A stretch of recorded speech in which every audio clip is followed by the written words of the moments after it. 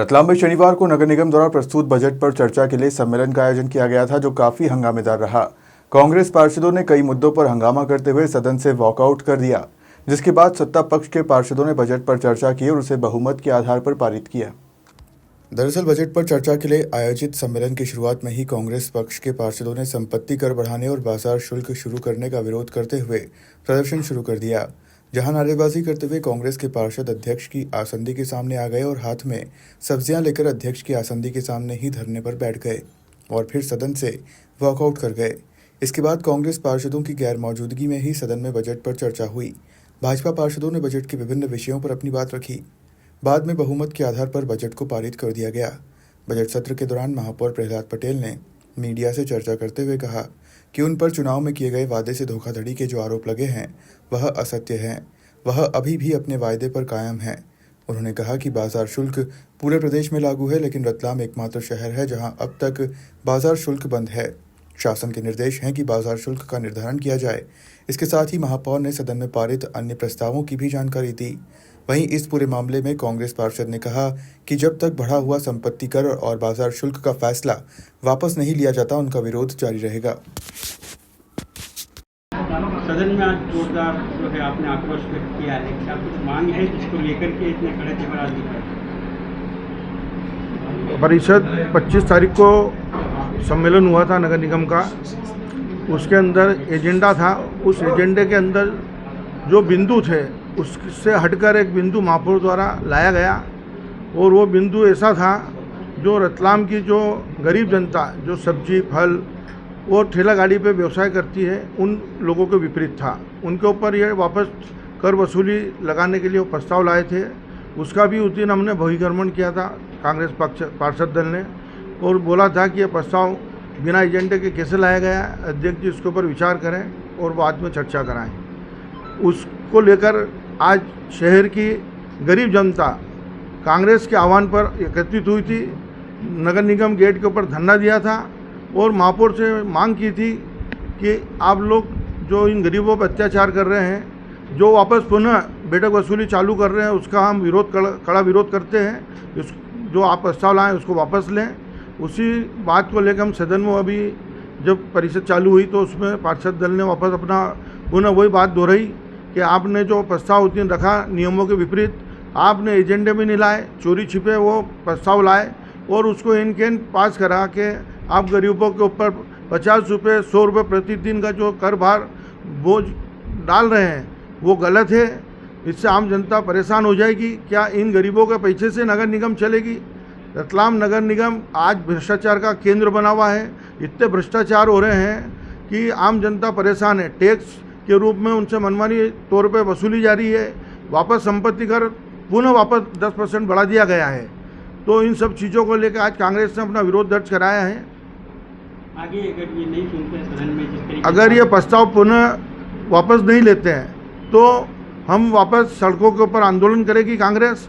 आम जनता के साथ में उनके कंधा कंधा मिला के ताकत से इसका विरोध करके इनको मजबूर करेंगे कि वापस ये जो काला कानून लाए इसको वापस लें। सम्मेलन में या फिर जब तक हमने बहिष्कार कर दिया है क्योंकि वो बात मानने को तैयार नहीं है। बहुमत के आधार पर वो पास कर रहे हैं तो हम बहिर्गमन करके सब लोग बाहर निकल गए सदन से।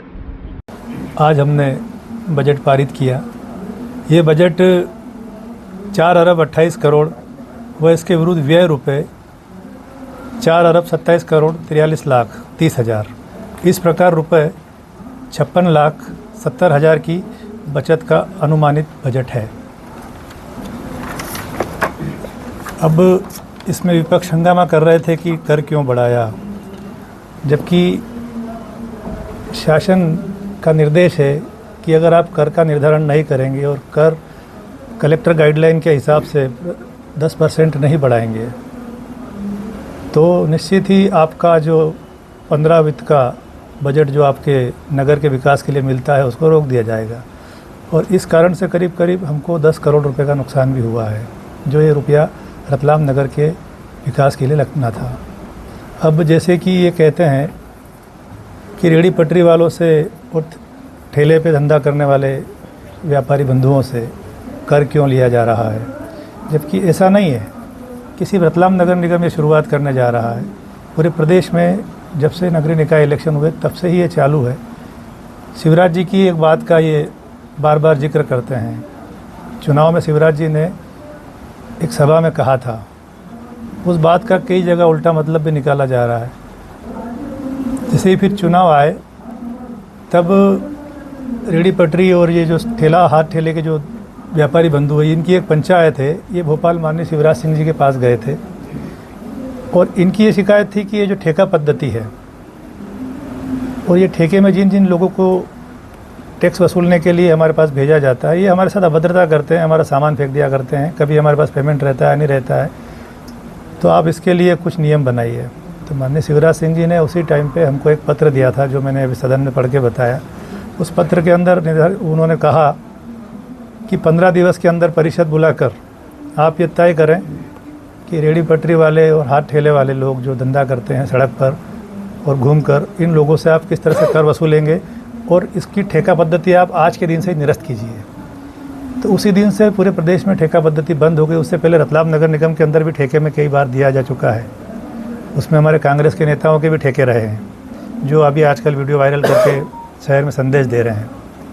तो हम लोगों ने उसी वक्त 15 दिवस के अंदर परिषद बुला के माननीय मुख्यमंत्री जी को हमारे यहाँ का जो निर्णय लिया गया था वो भेज दिया। हमने उसमें भी यही कहा कि हम अभी कर का बोझ रतलाम नगर की जनता पे और छोटे व्यापारियों पे नहीं देना चाहते, लेकिन उधर से हमको सहमति नहीं मिली। उसके एवज में हमारे ऊपर 15 वित्त का जो बजट था, हमें जो मिलना था वो काट दिया गया। अब अभी इस परिषद में हमें निर्णय लेना बहुत ज़रूरी था, हमने लिया। विपक्ष वॉकआउट कर गया।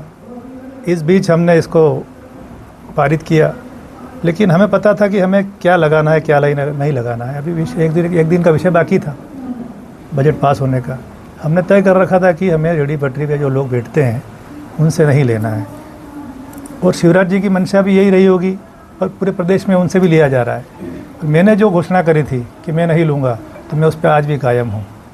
मैं सड़क पर बैठ के धंधा करने वाले उन गरीब लोगों से किसी भी तरह का कर नहीं लागू कर रहा हूँ। जो 10% किया है वो 10 रुपये वो निर्धारित करना था, क्योंकि पूर्व में 20 रुपये था। अगर कभी आगे कभी लगेगा भी तो मैं चाहता हूँ कि इनके 10 रुपये ही लगे, हमारे बाद भी लगे। तो पहले तो प्रतिदिन 20 रुपया लगता था, जिसका 4 करोड़ रुपया करीब करीब ये 2000 दुकानें हैं जो ज़मीन पर बैठकर धंधा करते हैं, और रुपये 20 रुपये के हिसाब से 40,000 रुपये पर डे बनता है। तो ये 4 करोड़ 48 लाख रुपये सालाना का नगर निगम को नुकसान था इसका, ये भी उठाया हमने। और करीब करीब 17,000 छोटे बड़े व्यवसायी सड़क पर धंधा करते हैं, जो ठेला गाड़ी या चाट वाले, और ये इनसे अगर 20 रुपये प्रतिदिन हम लें तो 1095 दिन के करीब करीब 37 करोड़ 23 लाख रुपये होते हैं। तो ये 37 करोड़ 23 लाख रुपये का लॉस